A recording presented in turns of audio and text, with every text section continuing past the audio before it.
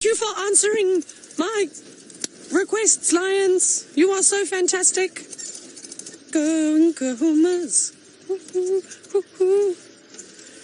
Yeah. Now you can have bird and lions. Hello. You're my favorites. How did that work? Perfectly, hey? Wasn't that fabulous? Shall I call it in on the radio? I better get that done now, hey? Stations have located the Nkuhuma Pride at Treehouse Dam, 1 o'clock.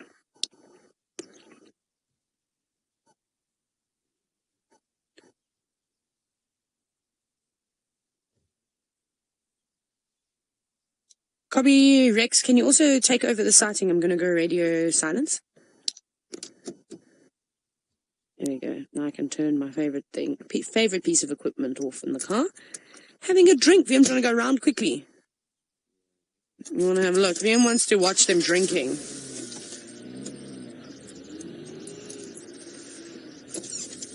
Now, something I have not seen in this Pride of Lions is a white line. So, Angela, no.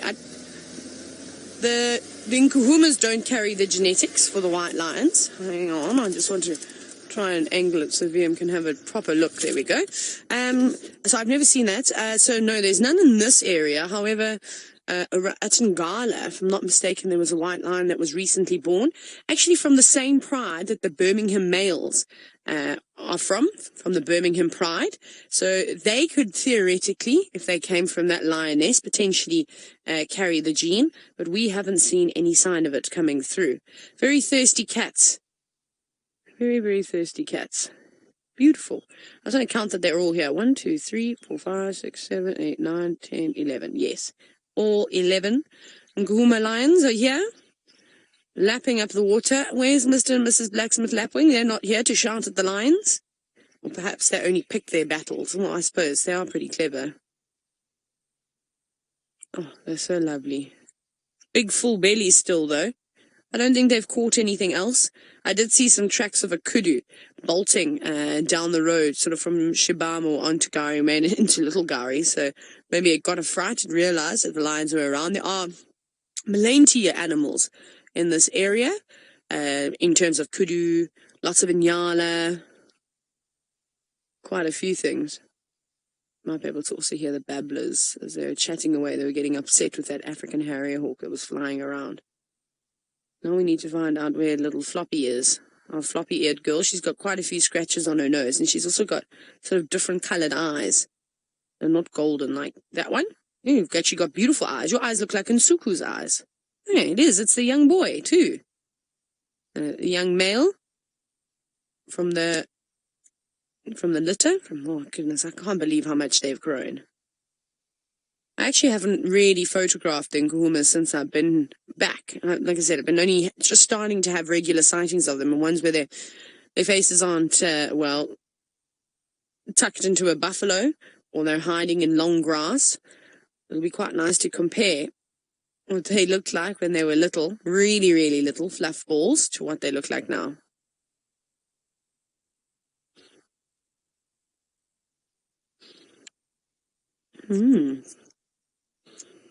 Now, the Nkuhumas move around quite a bit. Last year, I think this time last year, we were seeing them spending quite a bit of time on Manuleti, in fact, in Buffelshoek. And now they've come back. Sometimes they pop onto Arethusa too. Sometimes they go onto Little Gari. And every now and then, they see them on Chitwa, but not very often, because that's sort of where the sticks hang around. So, Sky, I don't know if they've moved here because of the Birminghams. The Birmingham males are not around at the moment.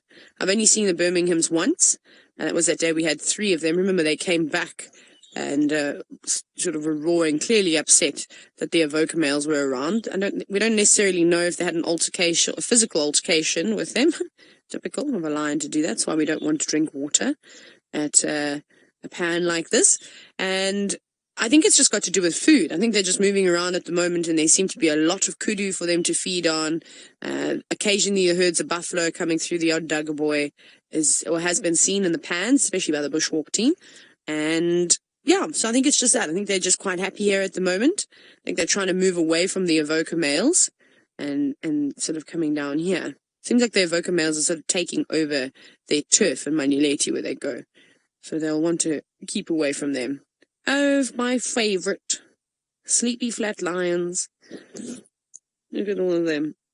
Should we turn around and then go back again, and we can show everybody how nice carpet they are.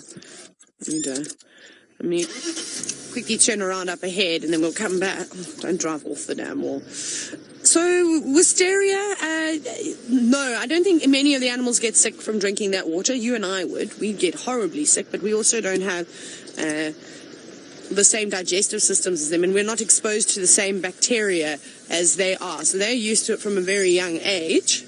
You do this because it could be quite cool. And that's why I say why you shouldn't drink water from a pan is for that exact reason. As you saw that lioness urinated right near the water. Sometimes they do that. Buffalo don't even get out the water. Hippo do it all in there. That's quite a nice reflection, huh? Very pretty. I'll show you now, but all the Nkuhuma lions are just laying out and enjoying themselves. Blending in very well. But they can get sick from the algae, and if an animal maybe dies in the water, it could contaminate a water system, especially if there was something wrong with them, if they were sick. It's not going to be, go down very well. And which is why I remember last year there was a buffalo that died in Buffelshoek Dam. Then they ended up dragging it out with a tractor because there was so little water left. And they didn't want that carcass to pollute one of the last watering holes, so they took that out. Hi, lions. Can you hear another car coming? See how their ears are turning? Rexon's coming into the site, and you all know Rexon. That's so cool. Had a drink of water, so they've barely moved from where they were last night, only a couple of 100 meters. Probably actually 200 meters as the crow flies. Not far at all. And I don't know what they're going to do now. It looks like they're fairly sleepy. I thought we would have got lucky and seen them up and moving around. Maybe not today. Okay, well, we'll sit with these lions and see what they get up to. Off we go to Steve, and I think he's almost at Chitwa. Yes.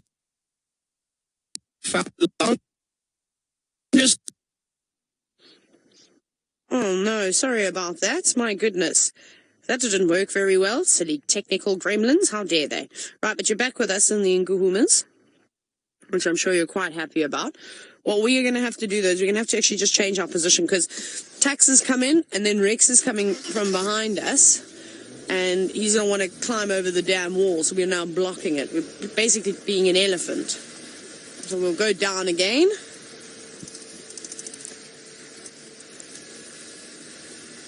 Hello, sleepy lions. Oh, it's so good to see the Nkuhumas. I'm just going to try and park nicely so that Rexon also has a nice view.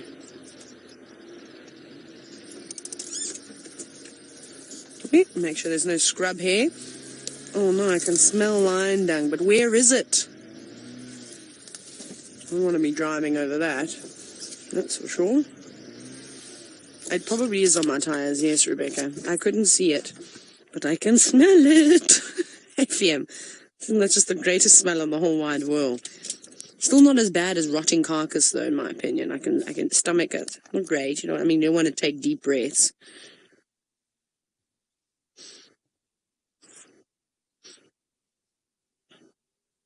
Oh, I can hear the hyenas now.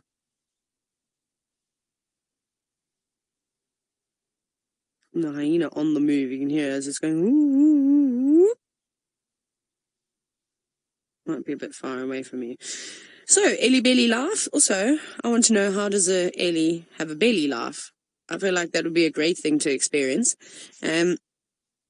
When this male leaves, this youngster, he's probably going to go off on his own because there's no other males in this pride.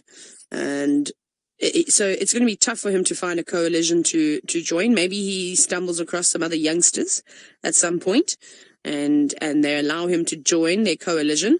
But, lions also don't necessarily join a coalition. Look at the grass moving as he breathes heavily. It's a good indication of how deep of a breath he's taking. And that's fine. And obviously you're going to be more successful. You'll be able to have a longer reign if you're in a coalition and there's more than one of you. But he should be able to survive on his own. But it's hard, hey? I mean, I really feel sorry for young male lions, because the chances of him actually making it to adulthood, the odds aren't in his favor, unfortunately. There are lots of up-and-coming males in this area, and if they find him, they're not going to want to have him around. Maybe he'll be lucky enough and he'll be able to run away fast enough. If not, though, they will take him out, because he could be a potential threat to them at some point. So he'll know this, though. He'll lay low. He'll sneak around in between other lions' territories and sort of not making a sound, so he might not be vocalizing, and just keeping his head low, which would be the most clever option, to just stay invisible until you are big and strong enough, if he is on his own, to take on another male and, well, steal his pride from him and steal his territory from him. Well, they're listening to that hyena, I think. That might be coming this way. It would be quite funny if the hyena carries on going whoop and then just stumbles across the lions. I reckon the sub-adults will probably chase it. They're at that sort of age. And that isn't rain that you can see on the water. That is all little insects moving around. Oh my goodness. Now, Brent, of course, well, he's the chirpiest. I suppose that's why he likes birding so much, because he's like a bird. And he always gives us grief about not finding any animals. But it seems as though the tables have turned today. Mr. Leo Smith, when are you going to put something on screen? Yes, I hope they do. There's a couple of them, but also VM and I just think that they're moving off to use luxury facilities because they're polite lions. No, they're not. They just go wherever they want to go. There is a lot of movement, though. A lot of grooming, a lot of yawning, a lot of changing of direction, apparently. Where are you going now, big girl? Looking good. Looking healthy. You forget how big a lion is until it walks past your car, too. I mean, they're absolutely dwarf leopards. Oh, no, laying down now. Perhaps just a change of scenery was needed. Oh, we found our little floppy-eared girl, by the way. And it is the one that's just to the right. That one. There she is. Hello. She's got lots of cuts on her faces, which actually makes her quite easy to identify. I'm not surprised. Not even surprised slightly to see that that's what she's looking like, because she's feisty, so she likes to fight. And she reminds me so much of Amber Eyes. She's kind of got those same color eyes too. Come on, kitty cats. Yes. Morning is about to start. Well, it has started. I think that was a bit late today. Lots of cuts on this one, eh? As well. Also been fighting over something. Oh, it's the lioness with the opaque eye. Now, Zoon, no, it isn't just the male lions that roar. Lionesses will roar too. And they will roar for the same reason. We see it a lot in the Mara, where they would do the same thing to declare territories. Otherwise, they'll contact call as well. They'll roar to try and find one another. Pretty much for the same reasons, to advertise to other prides and lions that this area is occupied and they shouldn't, move on in. Here's the oldest lioness. Look at that wound, looking good. Remember, it's not going to close straight away. That wound needs to heal from the inside and slowly make its way out. So it's getting better. It's looking really good. I'm not a vet, but it just looks nice and clean. Doesn't look like there's any infection. Look at her, she's putting quite a bit of weight on it. Slight limp, but I mean, for a wound of that size, she's come around nicely. Off she goes. And finally, the sun has managed to break through the clouds too. I think that's what they're doing. I think they're actually just moving to find shade. That's fine. Oh, excuse me, who did that? Hey, VM, was that you or lion? VM's giggling now. One lion, net one rip. Should have blamed one of the guests in the other vehicles. Oh, stunning. Where was this light when I was trying to take photos while I was off air? Typical. Absolutely typical. It's fine, you guys at least get to enjoy it then. And they're going down for another drink. Ooh. I don't know if we're going to be able to get a nice view because Rexon's up on the damn wall. Might just have to stay put. kitty cats. It's relaxing.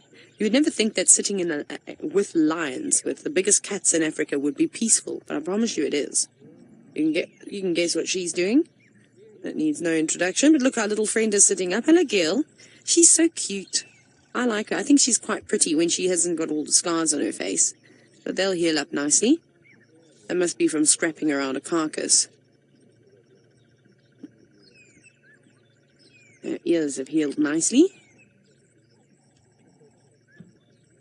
Remember, oh, I miss that little flop that she used to have. And here also all the birds starting to chitter and chatter now.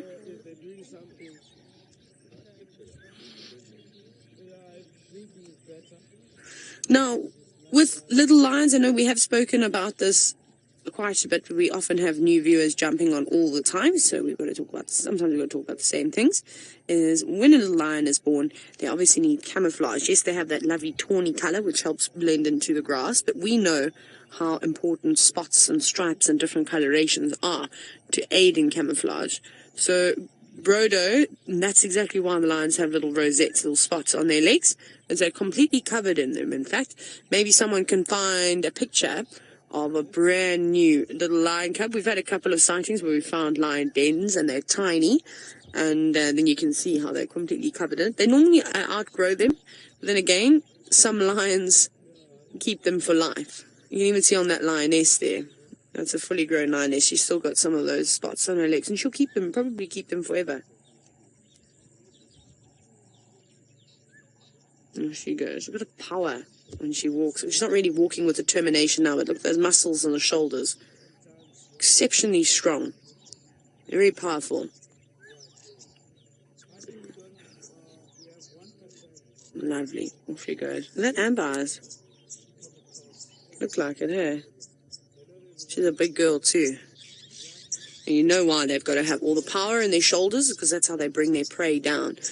Unlike a cheetah that's got poorly developed front legs and exceptionally well-developed hind legs, and they ankle tap to try and trip their prey, and then so they go tumbling down, and then can sort of jump on top of them and grab where they need to grab in order to suffocate them. The lions, of course, are catching much larger things, and they need to have powerful shoulders to be able to pull them straight down to the ground. You didn't look so impressed. Even though they are grown up, though, they still enjoy a cuddle. And the lions are so social. And the better relationship they have between one another, the more successful they will be with hunting.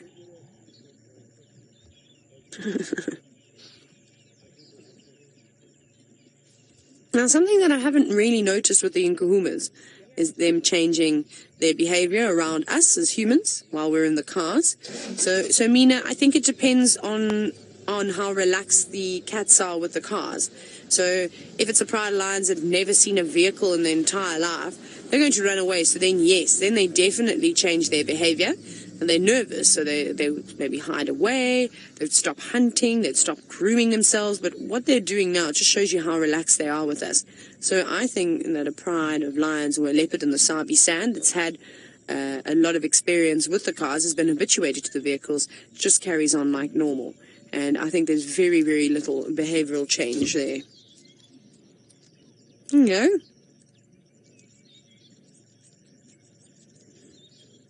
Oh, they're pretty cats there. Lions are beautiful creatures. And once you stare at them a little bit more, you sort of see how different they are. Like that one's like a Roman, this one here.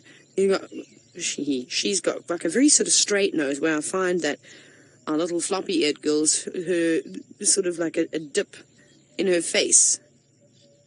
Just a slight one. Oh, this light is beautiful.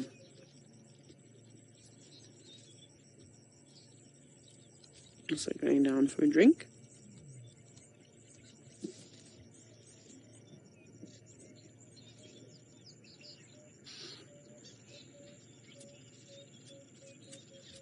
Kind of one of those sightings where you actually just want to sit quietly and watch.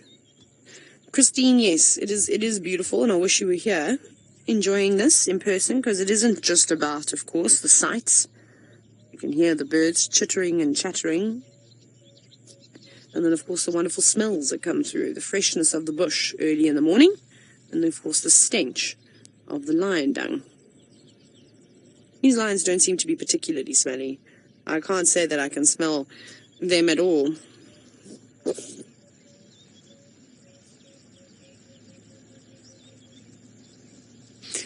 So I reckon in the next, I think these lions as well, yeah, maybe the next year or so, these lions will start mating, or just before that. So Kathy, they will, the young lioness is going to go into estrus between 2.5 and 3 years old, somewhere around there. Remember, every individual is just slightly different. But yes, the older girls, the adults in the pride, are definitely going to come into estrus soon. Which is quite exciting. So I think we can expect that, you know, whether it's within the next few weeks to the next few months, some of them coming back into estrus. These youngsters are almost 2 years old now. And then the Birmingham boys will be back. They definitely will hang around more when there's lions in estrus. And that's where they need to be careful, because the evokers, of course, if the lions go off into the distance and start defecating and urinating, they're going to pick up in their urine and that they are coming into estrus. And then they might put a lot of pressure on the Birminghams. But I don't think the evokers stand a chance at the moment. If all Birminghams are together, those 3 young boys will get a hiding and be sent on their way. But one Birmingham being caught out by those 3 boys, he could find himself in a lot of trouble. And that's why it's important, if you are in a coalition, that you're not necessarily on your own for too long. You need a partner in crime. I'm sad now because I really thought they were going to go on the move, but that's not the case. They're just moving to a spot that's going to provide them with a bit of shade. They're still very, very sleepy. So we'll watch them all fizzle out into the long grass, and once they go into the long grass, we're probably going to leave, as I'm sure there are a few landowners that would like to come in this morning and also see the lions. Everybody's starting to shuffle around. I think Tax is also leaving.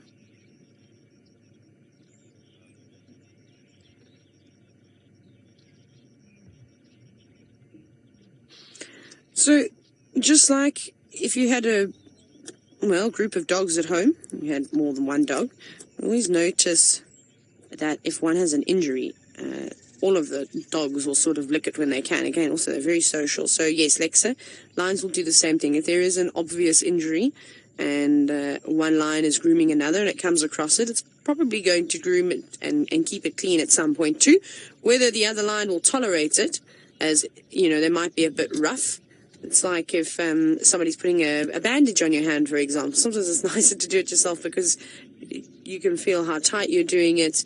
The other person doesn't know. And that's kind of the same thing.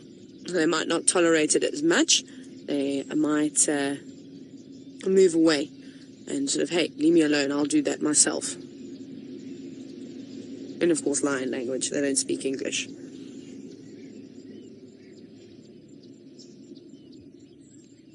Just having a little nudge, so that's where they're going to sleep. Over there. And once they go there, we're definitely going to leave, because I don't think they're going to do much, unfortunately. Right, off we go to Brent to see what he's been up to this morning. Apparently, he's been doing a bit of tracking.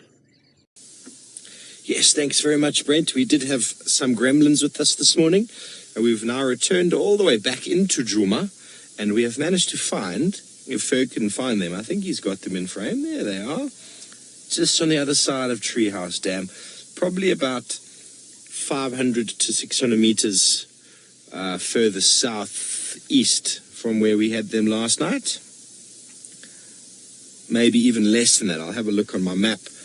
But they haven't gone very far. But their heads are up. They're a little bit more interested in the activities of the day than they have been. The reason that one is looking particularly there is there's just one of the Buffelshoek landowners is just leaving the sighting. Not disturbing it at all. It's just one of the young, inquisitive individuals who likes to just have a look, just very interested in the movement of the vehicle.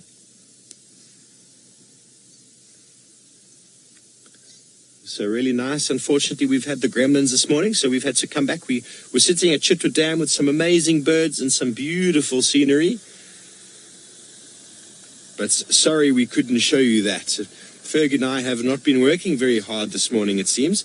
So now it is our opportunity to delve into the depths of lion ecology. And please send through your questions, #Safari Live. Let us know what we can discuss that you haven't heard about yet with regards to lions.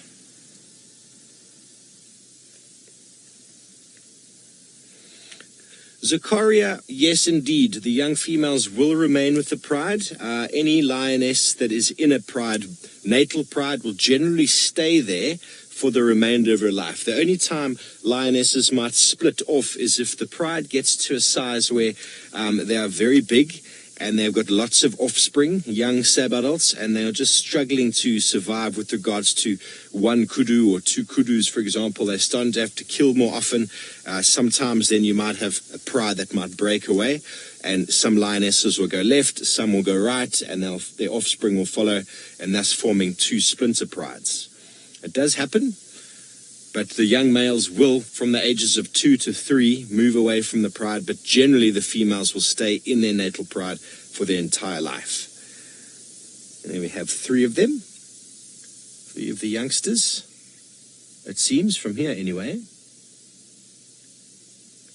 And they're not looking as full as they did yesterday. Those of you watching the show with me last night, they were looking extremely bloated and full. They're still looking full, but the digestion is definitely underway, and no doubt they've had a few more toilet stops. Hence why we've stopped initially on the other side of Treehouse Dam, so as not to pick up the scent of the lions immediately. We got quite a fill of that last night, didn't we, Ferg? But at least they've moved away from the carcass now, so the overwhelming smell that is the kudu carcass and the dung or the lion scat is not with us at the moment. Elizabeth, the sub-adult with the injured eye, didn't look great yesterday. I was chatting with Nikki last night, and she said that it potentially might have happened when the evoker males came in a week ago or so. That's how long the eye's been injured. And to me, the eye looked absolutely buggered yesterday. I was looking at it with my binoculars, and it did not look well. If it's been like that for 7 odd days, I don't have too much hope for that eye, sadly.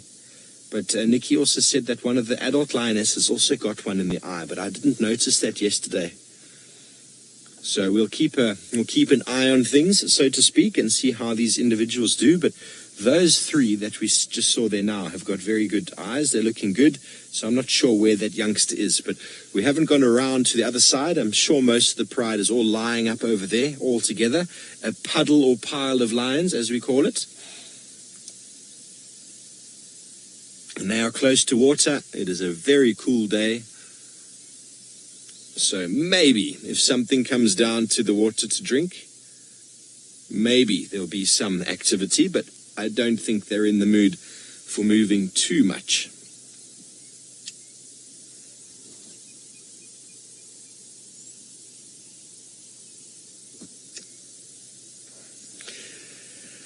Kendall, I don't know if that sub-adult male will join the Birmingham boys. He's too young, and he's probably related to them. I believe they are his father. So it is not unheard of for young males to join the adults, but I think the Birminghams are at that age now when they are at their prime and towards the end of their prime.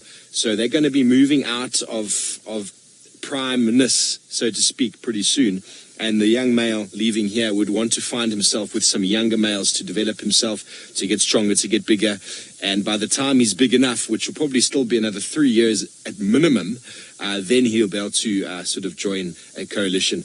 But I don't think the Birminghams have got 3 more years left in them. Generally, lions mature at about the age of 4, 4.5, and they'll stay in a pride tenure for about 4.5 years, plus minus, maybe 5, depending on the strength of them. And I think these boys have been around for some time already. So they are getting to that point where young males need to come in and need to chase them away.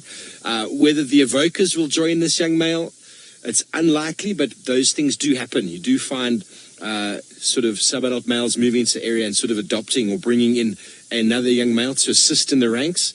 But it takes a lot of pressure, and there can be a lot of aggression, and they can also potentially be killed.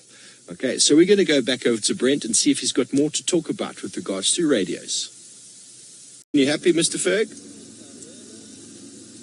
Good? Okay. Okay, well, there we go, folks. We've managed to find the Nkuhumas again, and they are doing absolutely nothing. So while we wait for them to get active, let's go back over to Taylor McCurdy and see what updates on her travels she has for you. Well, you haven't missed much, folks. I'm sure Brent has been glorifying you with tales of wonder and splendor and holes and walls. I'm not really quite sure where he's going with it. Ferg says the great adventures of Brent Leo Smith. But here we have the sub-adult male lion of the Nkuhumas, and yes, they are very relaxed, these lions, very habituated. And in case those of you who are new to the show don't understand what the word habituated means, it does not mean that they are tame. I mean, I'm sitting a good 8 yards or so away from these lions, and they are very used to the vehicle, they're very used to the voices. But if I stepped out of the car, it would change their behavior immediately, and it would evoke some form of response. Normally would cause them to run away, but what could happen, and has happened in the past to unexpected tourists, is that they got eaten. Because basically what is happening is we are right inside the comfort zone or the critical zone of lions. And if we were people approaching on foot, lions have developed what we call a comfort zone. From a distance, they look at you and they're quite happy. You come a bit closer and then you get the alert zone, which means they're very alert and they know you're there. And you get closer to that, and that becomes what we call the critical zone. And this is in most animals, and it will obviously either force the animal to run away or to attack. And most of the time, animals like this will not attack people because they see you from a distance, they get quite uncomfortable and they move away. But now what's happened is we've positioned ourselves right inside that critical zone.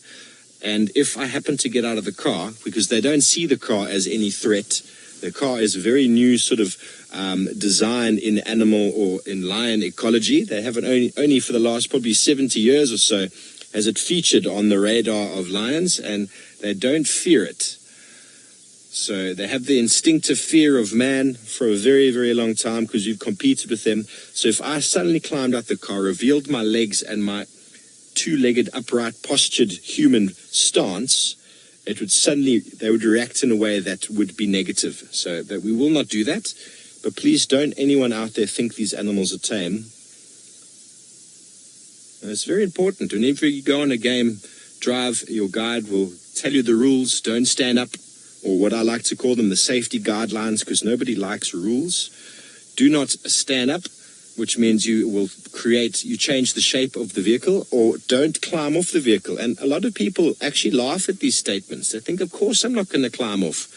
But if you as the guide have not taken the responsibility to tell your guest what they can and can't do, and they do it, the responsibility is the guide's. So don't let that happen. That happened to some Chinese tourists quite a long time ago. They were in the Kruger Park in a van type vehicle with a sliding door. And I don't know who the guide was. I don't know what the guide had told them, but I don't think the English was understood very well. And we were in a situation like this where lions were sleeping right next to the car. They were taking pictures of them through the window.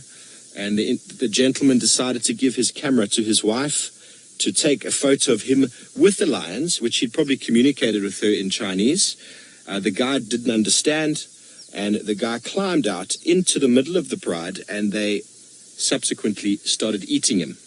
It happened very quickly, and before anyone could do anything, the individual was dead. So that happens. I know that's quite a morbid story, but by no means are these animals tame, ladies and gentlemen. I just want to make sure that those of you who are new to the show understand the realities of that. So we don't want to influence their behavior. I'd hate to see these lions get up and run away from us.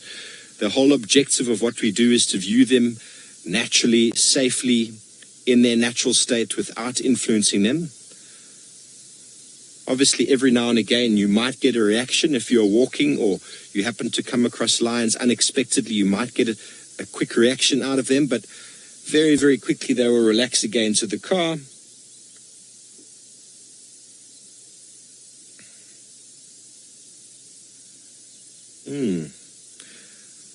What have I experienced that is dangerous? Misa would like to know. I have had many elephant experiences on foot and in a vehicle, which probably are quite frightening.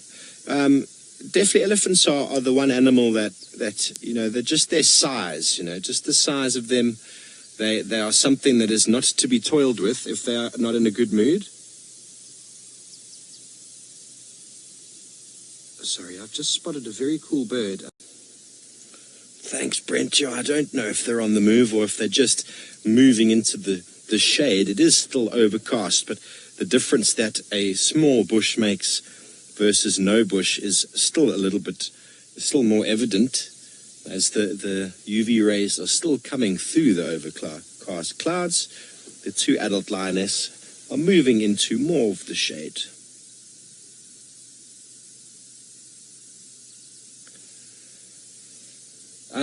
A question there from Jared's buddy is, he wants to know if the subadult male would protect the pride. He would not, The subadult male will be the first that any male lion moving in would target. That mane, if we can go to him there, please, Ferg, just the guy on the left here. That mane sets him apart from the females. And if any big male comes into the pride, that will be the first one that they go for. And he'll have no chance. He's nowhere big enough or strong enough to defend anybody at the moment. And all he's hoping for is that he can get big enough without that mane getting too big in the meantime, while he gets big and strong in the sanctuary of the pride, so he doesn't have to do any hunting and the like for himself. But as soon as there's a pride takeover, for example, if the Birminghams get displaced and new males move into the area, that guy will be chased and chased and chased, and he'll move very far away.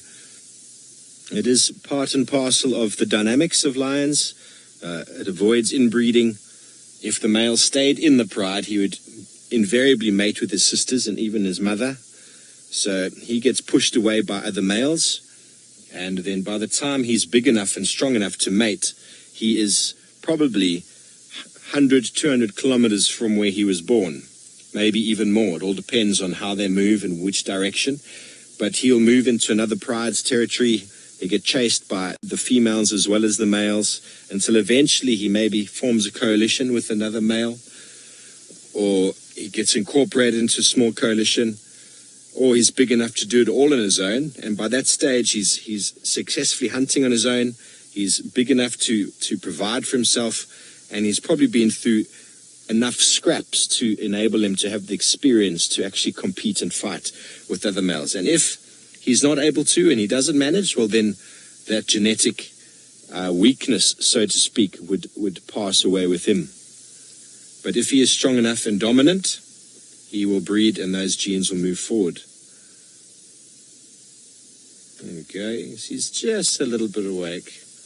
Yeah, we hope he's strong enough. Look, there's a tick on his eyelashes. 2 ticks crawling in the eyelashes there. They're going to search for a nice soft spot to find themselves a juicy bite of lion meat. Ticks, as we know, are parasites. They will not kill the lion. They will just gorge on its blood. Not like the lion has killed the kudu and gorged on its blood. Okay, fantastic. We're going to go. Yes, thanks, Brent. Awesome that you managed to find some hyenas. The tracks up and down on the road nearby to that elephant carcass. Enormous amount of activity. And so we followed one of the lionesses across the road from where they were lying, and we thought maybe they'd all follow. And they started following, and then they turned back and decided that actually the shade that they're in is much better than the shade that this one has moved into. And here she stands up. This is the one with the injured eye. I think her name is Pretty. As she's trying to get more comfortable. Bit of a head scratch. We all love our head scratches.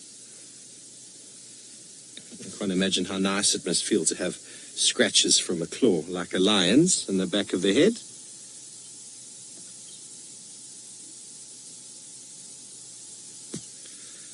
Scent mark in cat is definitely urine. In cats, that scent mark. You do get some animals, the mustelids, so like the skunk, for example, or honey badger, that actually have glands that are used for scent marking. They don't use urine, but those are smelly glands. Smelly, I'm trying to think of what the right word is, but that is not urine. But in cats, hyena don't really spray that. I don't know if they paste, they use anal pastings, but lions and leopards, definitely it's urine. Primarily urine, and inside that urine gives off all of the chemical signatures that the other lions look for when they test it to look for mating and breeding readiness. And the same you find in horses, not that they scent mark. Horses, elephants, buffalo, whenever they urinate, the males generally will go up to it and give it a sniff, engaging that Jacobson organ, the amazing grimace as we've all seen before. And there's another little cuddle puddle of lions. Isn't that cute? So they were all coming to join her, and I think they've decided they've got better shade, or the grass is greener on the other side, so to speak. So we repositioned nicely for a nice lion action shot, and they have disappointed our efforts, Ferg, have they not? There, that youngster on the right, the one that's facing us, that's the one that's eye is injured. It's looking very greasy around the eye, and then you can see Mum, probably Mum, giving it a lick. I wonder if the eye has received any attention. But that would probably assist in the healing of it, but we don't know what happened, but shame. It doesn't look very good, that eye. There we go. It's going to put the eye in the right place, is it? Oh, that's sore, Mum. That was painful. Don't you know I've got a sore eye?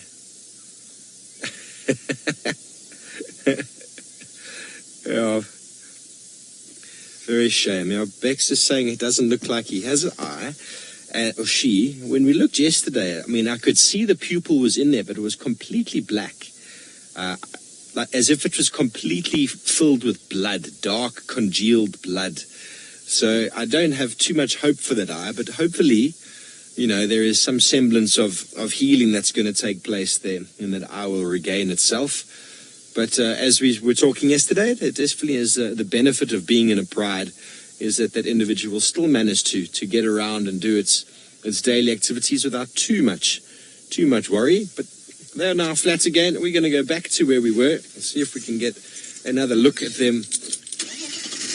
Sorry again for the poll there, folks. We have got the roof on. It seems to be the way. You put the roof on and the rain goes away. But that's fine. Zachariah, the young females will most certainly remain with this pride. I think I discussed it a little bit earlier. The females will always stay in a pride unless the pride gets to such a big number that they struggle to feed themselves, purely because 20-30 lions is a lot when you're sharing a kudu. So they quite often will split when they get a bit bigger, and the numbers that is. And so that'll be a group of lioness sisters splitting with their offspring. Let's see. We've got lions on both sides of us. Hello, madam.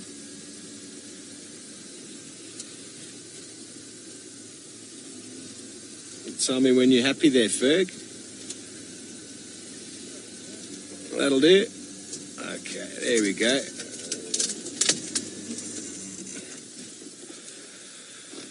Okay, so they have moved a distance of about 15 to 20 meters, 15 to 20 yards from where they were.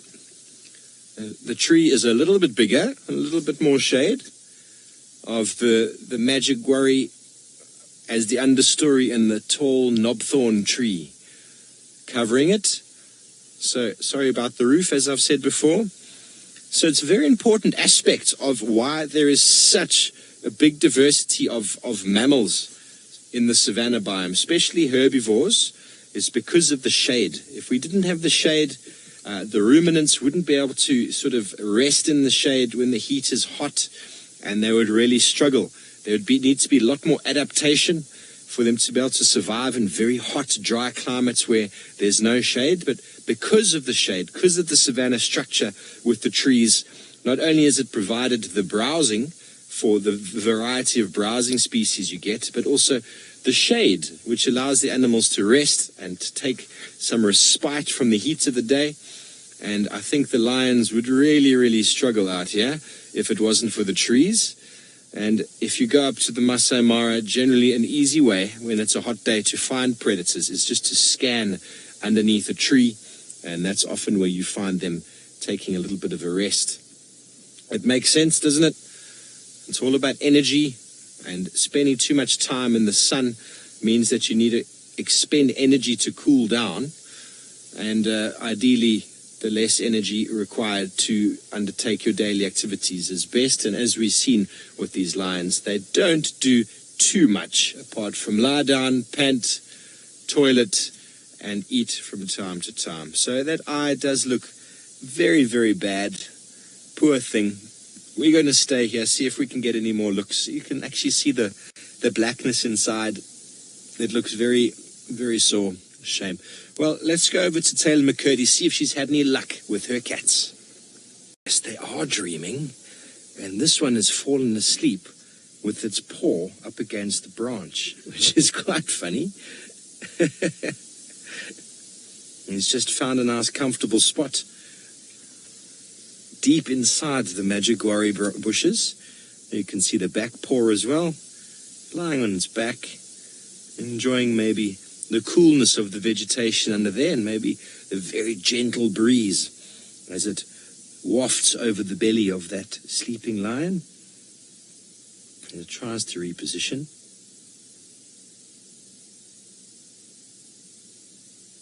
How marvelous that Taylor's managed to find Tingana.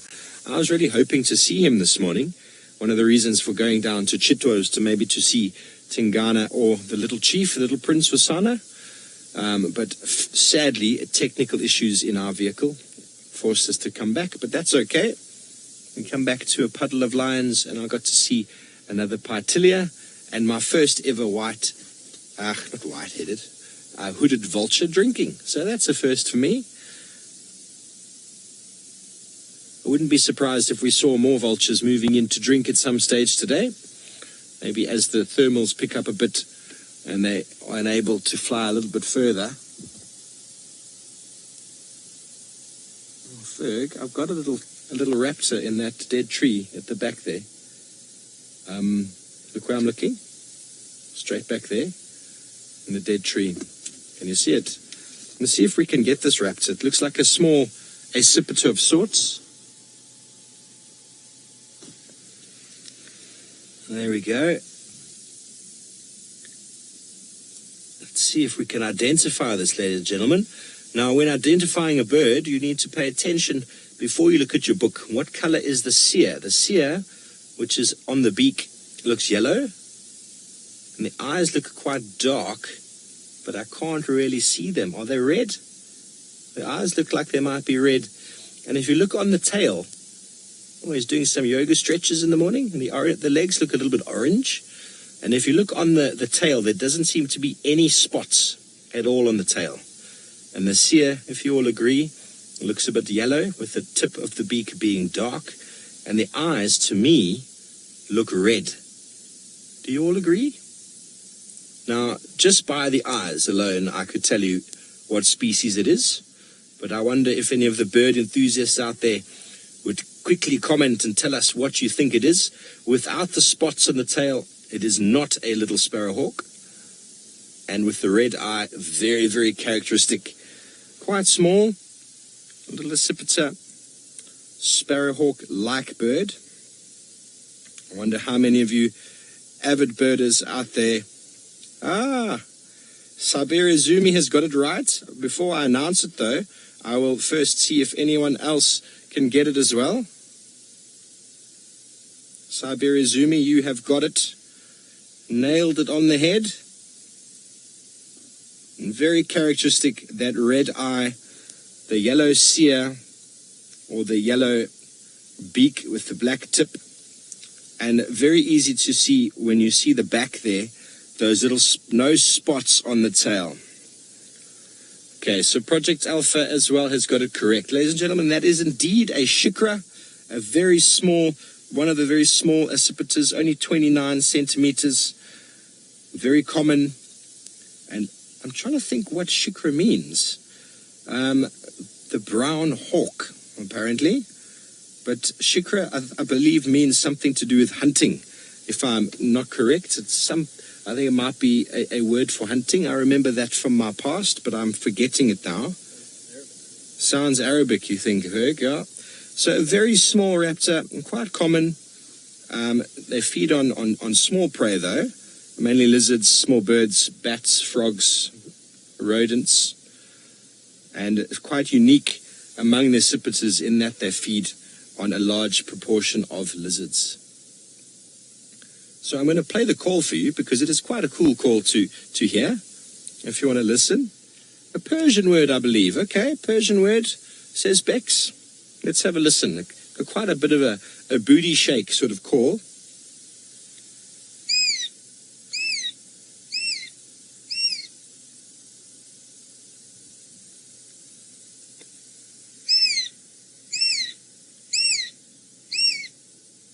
That is the contact call.